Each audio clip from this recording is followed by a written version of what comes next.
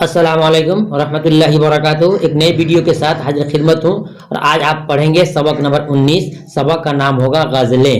क्या नाम होगा? गज़लें या गज़लियात। ये गज़ल की जमा है, कुछ भी आप बोल सकते हैं। अब वीडियो शुरू करने से पहले आप तमाम स्टूडेंट का अपने चैनल उर्दू की अहमियत पर दिल से खैर मकदम करता हूँ। तो आइए वीडियो शुरू करते हैं।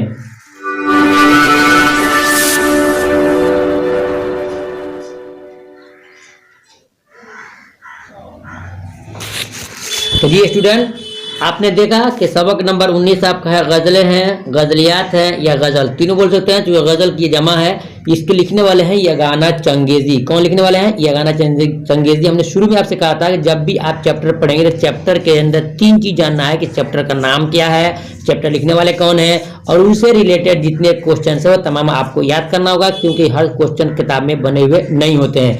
ये देखते हैं सवाल एक में है कि यगाना चंगेज़ी का असल नाम क्या था। यगाना चंगेज़ी का असल नाम क्या था? तो स्टूडेंट अब देखिए चार लिखा है, मिर्ज़ा वाजिद अली, मिर्ज़ा वाजिद हुसैन यास, और सी में है मिर्ज़ा माजिद अली और डी में है मिर्ज़ा राशिद अली। तो प्यारे स्टूडेंट, इसका राइट आंसर होगा बी, मिर्ज़ा वाजिद हुसैन यास इनका असल नाम था। देखते हैं सवाल नंबर 2 में, यगाना चंगेज़ी कहाँ पैदा हुए, ये जगह पूछ रहा है। तो एक में दुर्गापुर और दरगाहपुर में, और बी में है नासिरगंज में, और सी में रांची में, और डी में मोहल्ला मोगलपुरा में। तो स्टूडेंट इसका राइट आंसर होगा, ये जगह का नाम है मोहल्ला मोगलपुरा, इनके डी सही है। आगे देखते हैं सवाल नंबर 3 में, यगाना चंगेज़ी किस जिला में पैदा हुए, यानी कि वो जगह, ये जिला के नाम क्या है? तो ए मुजफ्फरपुर, बी में पटना जिला में, और सी में गया जिले में, और डी में बेतिया जिला में। स्टूडेंट इसका राइट आंसर होगा बी, यानी कि पटना जिला में, जो उसी में पैदा हुए हैं। देखते हैं सवाल नंबर 4 में, यगाना चंगेज़ी कब पैदा हुए। ये आप क्या पूछ रहा है? टाइम पूछ रहा है, डेट ऑफ बर्थ। इसका राइट आंसर होगा बी, यानी कि 1884 में पैदा हुए।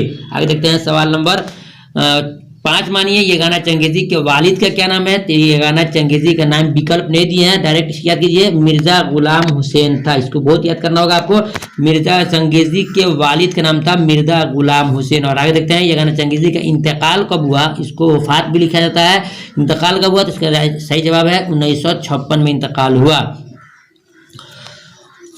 अब आइए, आपसे फिर एक गुजारिश है कि अगर आप मेरे चैनल पर नए हैं तो चैनल को सब्सक्राइब कर लें और बेल आइकन की घंटी को दबा लें, और वीडियो अच्छी लगे तो दिल से लाइक कर दीजिएगा और साथ ही के बाद शेयर जरूर कीजिएगा। देखिए, अब तक वो उनकी कुछ किताबें भी हैं, जिसे लिखा है यगाना चंगेज़ी की चंद आम किताबों को जान लेना है। जिसमें है नश्तरियास, और 2 में है आयात वजदानी, और 3 में है तराना, और 4 में है गंजीना। इन किताबों को नामित करना होगा, क्योंकि पिछले साल एग्जाम में ये नंबर 1 जो नश्तरियास किताब का नाम आया था, पूछा गया था कितने लिखने वाले हैं, तो आपको याद करना होगा किताबों का नाम। अब देखिए, वो क्वेश्चन जो किताब में सवाल बने हुए हैं वो आपको दिखा रहे हैं, ताकि आपको उसके मुकम्मल तौर से पुख्ता हो जाए। सवाल नंबर 1 में है, यगाना चंगेज़ी का असल नाम क्या है। जवाब में है मिर्ज़ा वाजिद हुसैन यास, यगाना चंगेज़ी उनका पूरा नाम है। और सवाल नंबर 2 में है, यगाना के माना क्या होता है। यगाना के क्या माना होता है। जवाब में यगाना के माना अजूबा और एकता के है। अजूबा और एकता यानी कि अकेला के है। सवाल नंबर 3 में है, यगाना चंगेज़ी पहले तखल्लुस क्या करते थे। यगाना चंगेज़ी पहले क्या तखल्लुस करते थे। जवाब में पहले यास तखल्लुस रखते थे। क्या? यास, याद रखना, यास रखते थे। सवाल नंबर 4 में है, पहाड़ काटने वाला की इस्तिलाह किसके लिए इस्तेमाल की जाती है। ये क्वेश्चन पिछले साल 2020 में एग्जाम में आया था, और हो सकता है आपके इम्तिहान में भी आ जाए। तो लिखा है कि जवाब, पहाड़ काटने वाले की इस्तिलाह फरहाद के लिए इस्तेमाल की जाती है। सवाल नंबर देखते हैं 5 में, मिसरा दुरुस्त कीजिए। 1, 2, 3, ये 3 क्वेश्चन दिया है, 3 शेर का लफ्ज टुकड़ा दिया है। ये तीनों को आपको मिसरा दुरुस्त करना है, इनके सेंटेंस पूरा करना कैसा हुआ। तो एक का है, खता पर दिल की मुझे यास नहीं शर्माना आता। खता पर दिल की मुझे यास नहीं शर्माना आता। नंबर 2 में है, शर्मा कर मुझे तीशा से मर जाना नहीं आता।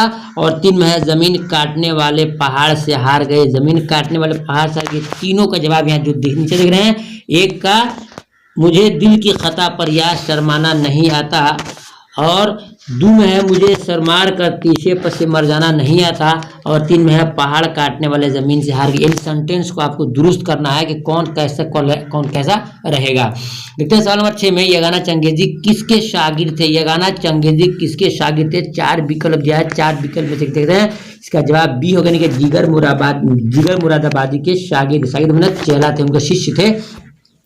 सवाल नंबर 7 में है यगाना चंगेजी की पैदाइश कब हुई। यगाना चंगेजी की पैदाइश कब हुई, देखिए जो 4 जो विकल्प दिया है मैंने आपको पहले बताया था, इसका राइट आंसर होगा 3 वाला, यानी कि 1884 में इनकी पैदाइश हुई। आगे देखते हैं सवाल नंबर 8 में यगाना की वफात माने मौत होता है, कहाँ हुई है, पहले बताया गया था कब हुई है, यहाँ बता दे रहा है कहाँ हुई है। इसका राइट आंसर होगा 4, यानी कि लखनऊ में इनकी वफात हुई है। ये वो तमाम क्वेश्चंस रहे। और आगे देखते हैं सवाल नंबर 9 में, वह लफ्ज़ों पर मेरी मुस्कुराते हैं क्या का, वह लफ्ज़ों पर मेरी मुस्कुराते हैं क्या का, इसका पहला मिसरा लिख कर शेर को मुकम्मल कीजिए। लिख सकता है तो आपको जवाब देना होगा, खुशी में अपने कदम चूम लूँ तो ज़ेबा है, खुशी में अपने कदम चूम लूँ तो ज़ेबा है, वह लफ्ज़ों पर मेरी मुस्कुराए हैं क्या क्या। ये हो गया। सवाल नंबर 10 में है उनके सानी मिसर लिखिए, यानी कि उसमें है पहला मिसरा था तो दूसरा लगाया गया है यहाँ पर, फिर यहाँ पर दूसरा मिसरा है उसको पर लगाना है। 10 में है उनकी मिसानी मिसर में जी, अदब ने दिल के तकाजे उठाए हैं क्या का, अदब ने दिल के तकाजे उठाए हैं क्या का, खुशी में अपने कदम चूम लो तो ज़ेबा है, पहाड़ काटने वाले ज़मीन से हार गए, खुदा ही जाने ये गाना में कौन हूँ क्या हूँ। ये जो सवाल दिया गया है इसका सानी मिसरा को लिखना है कि होश ने शौक के पहलू दबाते हैं क्या क्या, वह लफ्ज़ों पे मुझ मेरी मुस्कुराते हैं क्या क्या, इस ज़मीन में दरिया समाते हैं क्या क्या, खुद अपनी ज़ात पे शक दिल में आते हैं क्या क्या। यानी ऊपर से नीचे आपको मिलान कर लेना है कि कौन किस में रहेगा। इस पे भी 4 है, इसमें भी 4 है, चारों में से आपको मिला लेना है कौन क्या रहेगा।